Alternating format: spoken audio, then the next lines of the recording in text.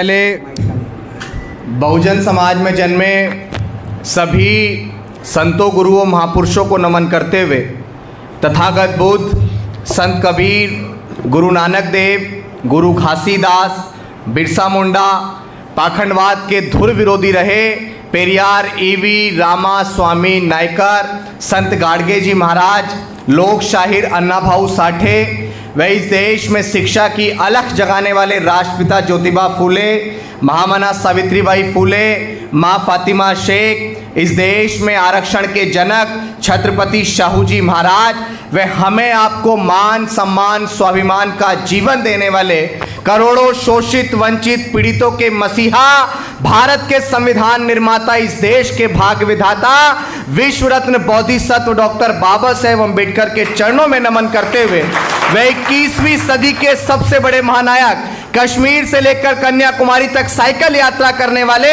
Doctor Baba Saheb Ambedkar को इस सदी में मरणोपरांत जीवित करने वाले बामसेफ, DS4 और बहुजन समाज पार्टी के संस्थापक, हमारे रहबर, मेरे गुरु मान्यवर कांशीराम साहब के चरणों में नमन करते हुए अपनी बात को शुरू करूंगा। आज भी इस देश में हमारे लोगों को मूछें रखने पे मार दिया जाता है। आज भी इस देश में हमारे लोगों को डॉक्टर बाबा साहेब अम्बेडकर, जिन्होंने हमें मान, सम्मान, स्वाभिमान का जीवन देने के लिए, जिन्होंने हमें भारत का संविधान बना के दिया, उनकी जयंती मनाने पर महाराष्ट्र के नांदेड़ के अंदर अक्षय भालेराव को चाकू से गोद गोद कर मार दिया जाता है। तो हम कहाँ आज़ाद हुए हैं? और आज हम डींगे मारते हैं कि हम लोग आज़ादी की 78वीं वर्षगांठ मना रहे हैं। ठीक है, देश आज़ाद हुआ होगा, लेकिन इस देश का दलित, पिछड़ा, हक वंचित समाज, SC, ST, OBC माइनॉरिटी आज भी आज़ाद नहीं हुआ। और हम जब तक आज़ाद नहीं होंगे, जब तक इस देश में अम्बेडकरवादी व्यक्ति शासन सत्ता पर स्थापित नहीं होगा। इस बात को याद रखिएगा, क्योंकि हमारी आज़ादी उस दिन होगी जब इस देश से जातिगत व्यवस्था को हम लोग खत्म कर देंगे, जब इस देश में हर एक व्यक्ति को रोटी, कपड़ा और मकान के लिए मोहताज नहीं होना पड़ेगा। उस दिन ये देश आजाद होगा। जब हमारे देश में शिक्षा, चिकित्सा और न्याय बिल्कुल फ्री मिलेगा, उस दिन हमारा देश आजाद होगा। डॉक्टर बाबा साहेब अम्बेडकर ने क्या कहा था? हमें इस देश में सामाजिक परिवर्तन और आर्थिक मुक्ति के आंदोलन को सफल करना है। अगर आपको सामाजिक परिवर्तन और आर्थिक मुक्ति के आंदोलन को सफल करना है तो हमें इस देश में अपना प्राइम मिनिस्टर, प्रधानमंत्री बनाना पड़ेगा। और अगर हमें देश में प्रधानमंत्री बनाना है तो आज वर्तमान समय में अनेकों दल, अनेकों पार्टी, अनेकों राजनीतिक संगठनों में जितने भी हमारे नेता बटे हुए हैं, 1,35,000 से ज्यादा हमारे रजिस्टर्ड संगठन बने हुए हैं। डॉक्टर बाबा साहेब अम्बेडकर ने संविधान के अंदर हमें पार्टी बनाने का अधिकार दिया, संगठन बनाने का अधिकार दिया, लेकिन आपस में बैर रखने को डॉक्टर बाबा साहेब अम्बेडकर ने कभी नहीं कहा था। आज हम एक ही विचारधारा के लोग, आज हम जय भीम की बात करते हैं, फूले अम्बेडकरी आंदोलन को स्थापित करने की बात करते हैं, उसको आगे बढ़ाने की बात करते हैं। लेकिन इसी महाराष्ट्र का कड़वा सच ये है, जिस महाराष्ट्र के अंदर आज भी हम लोग अपना एक मुख्यमंत्री नहीं बना पाए हैं। और ये वो महाराष्ट्र है जिस महाराष्ट्र ने पूरे देश के अंदर अम्बेडकरी आंदोलन को पहुंचाया। और मैं अपने आप को बहुत गौरवान्वित महसूस करता हूं कि मैं इस महाराष्ट्र की धरती पे आया और मुझे यहां काम करने का मौका मिला। लेकिन आज भी डॉक्टर बाबा साहेब अम्बेडकर ने कहा था ना कि शिक्षित बनो, संगठित रहो और संघर्ष करो। हम शिक्षित हुए, संगठित होने के नाम पर हमने हजारों लाखों संगठन बनाए, लेकिन क्या हम लोग आज भी संगठित हो पाए हैं?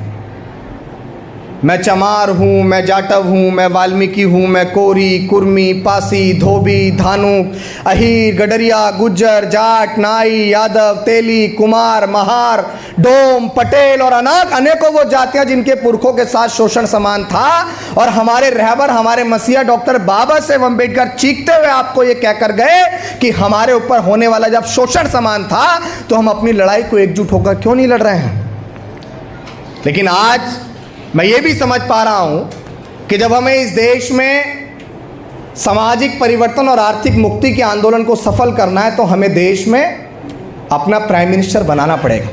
और अगर हमें प्राइम मिनिस्टर बनाना है तो अनेकों पार्टी संगठनों में बिखरे हुए नेताओं को एकजुट करना पड़ेगा।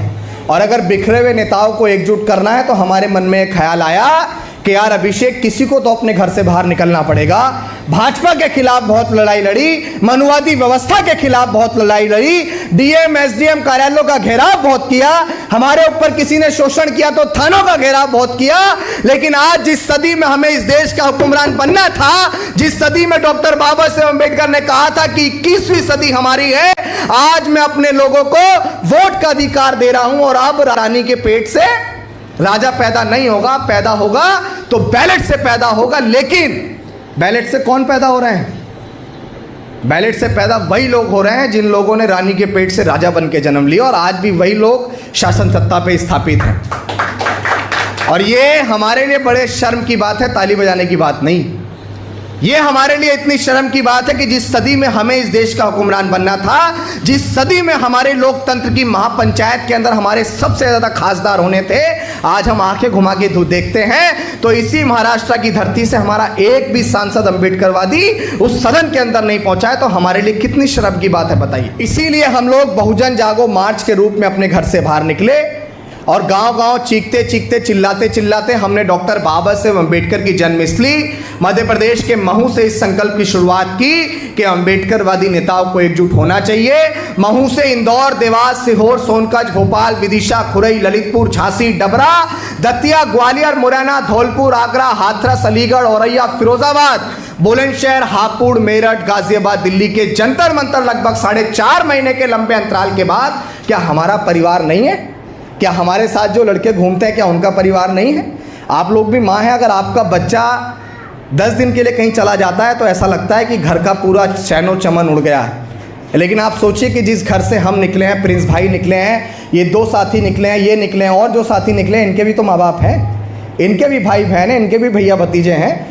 लेकिन अगर ये उस दुख, तकलीफ, पीड़ा और उस परिवार को छोड़कर समाज के बीच पहुंचे, हम सिर्फ एक संकल्प के साथ आए हैं कि इस देश में बिखरे अम्बेडकरवादियों को, बिखरे अम्बेडकरवादी नेताओं को जब तक एकजुट नहीं कर देंगे, जब तक हम लोग चैन की सांस नहीं लेंगे। और इसीलिए हम लोग अपने घर से बाहर निकले हैं।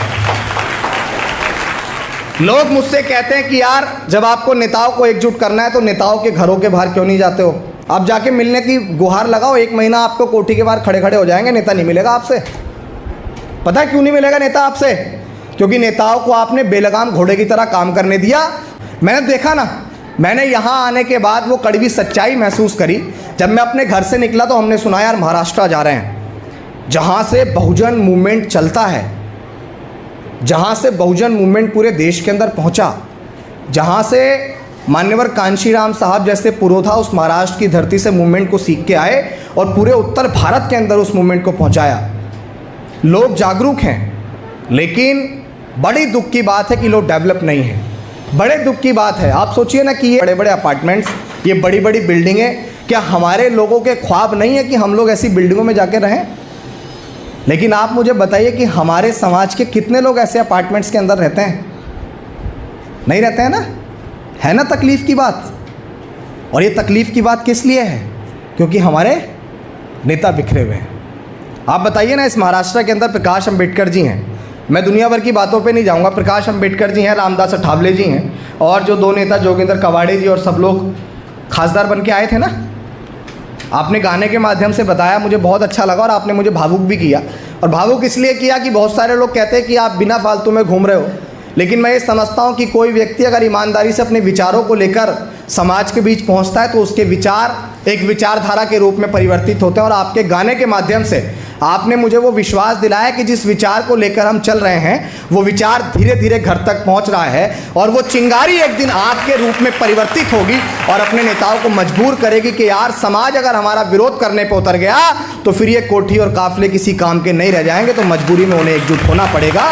तो आपने जो विचार गाने के माध्यम से मुझ तक पहुँचाया, तो आपके उस विचार ने मुझे और मजबूत कर दिया। और मैं फिर आपको विश्वास दिलाता हूँ कि 100 बार तमन्ना से उतरे हैं गहरे पानी में, कि 100 बार तमन्ना से उतरे गहरे पानी में, अपने इस समाज की प्यास को बुझा के रहेंगे। और जो सर कभी झुके तो नहीं थे, दबाए गए थे, उन सरों को फिर से उठा के रहेंगे। और अंधेरों में रहकर उजाला भूल गए हैं जो, उन घरों में फिर से चिराग जलाकर रहेंगे, उन घरों में फिर से चिराग जलाकर रहेंगे।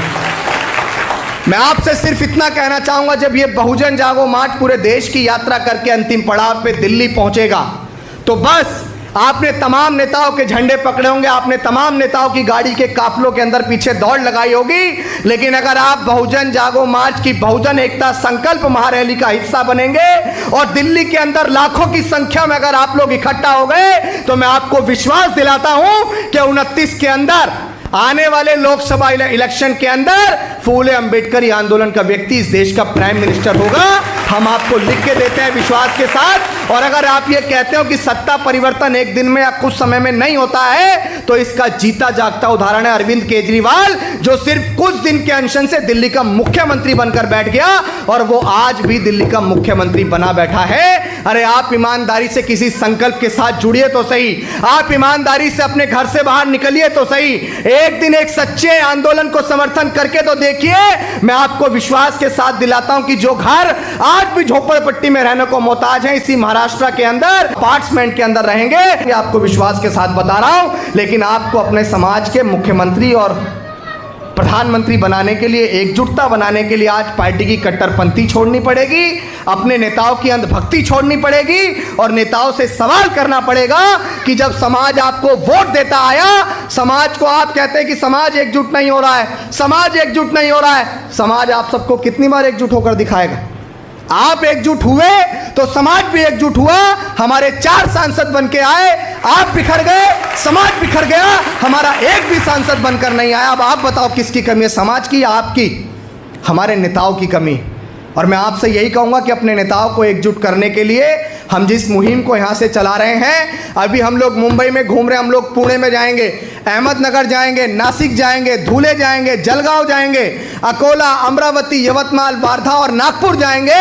और डॉक्टर बाबा साहेब अम्बेडकर ने यह कहा था, उनका एक और सपना था कि हमें इस देश को बौद्धमय भारत बनाना है, क्योंकि जब भारतीय जनता पार्टी लोग धर्म को अपना हथियार बना सकती है, वो धर्म जो सिर्फ इस देश में है, जो लोगों को पाखंड की ओर, अंधभक्ति की ओर लेके जाता है, तो हमारे पास तो विश्व का सबसे बड़ा मानवतावादी धर्म है जो पूरे विश्व में एकता और भाईचारा का प्रचार करता है। तो हम लोग इस मार्च का समापन नागपुर में करेंगे और जिस दिन डॉक्टर बाबा साहेब अम्बेडकर ने धम्म की दीक्षा ली थी, हम और हमारे साथी भी तथागत बुद्ध के धम्म की दीक्षा लेंगे और पूरे देश में इस धम्म को पहुंचाने के लिए अपनी जी जान लगा देंगे।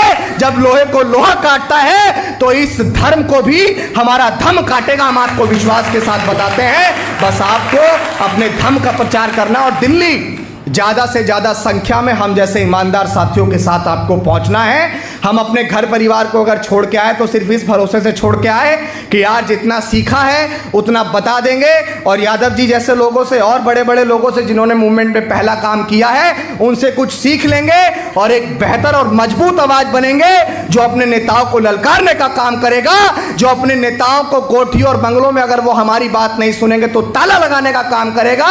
क्योंकि हमें ऐसे नेता नहीं चाहिए जो हमारे वोट का सौदा करके सिर्फ अपने घर परिवार को भरने का काम करें। हमें वो नेता चाहिए जो हमारे वोट लेकर हमारे लिए जमीन पर उतर के संघर्ष करें। साथियों, मैं अगर जाने अनजाने में कुछ ज़्यादा बोल गया हूं तो कि मैं माफ़ी नहीं मांगता हूं, क्योंकि मैं सच्चा आदमी और सच्चा आदमी हमेशा कड़वा बोलता है।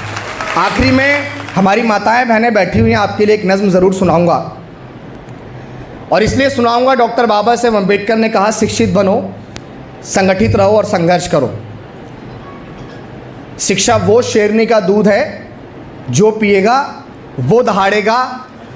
हो इस तरह हौसले आजमाया करो, इस तरह हौसले आजमाया करो, मुश्किलें देख कर मुस्कुराया करो।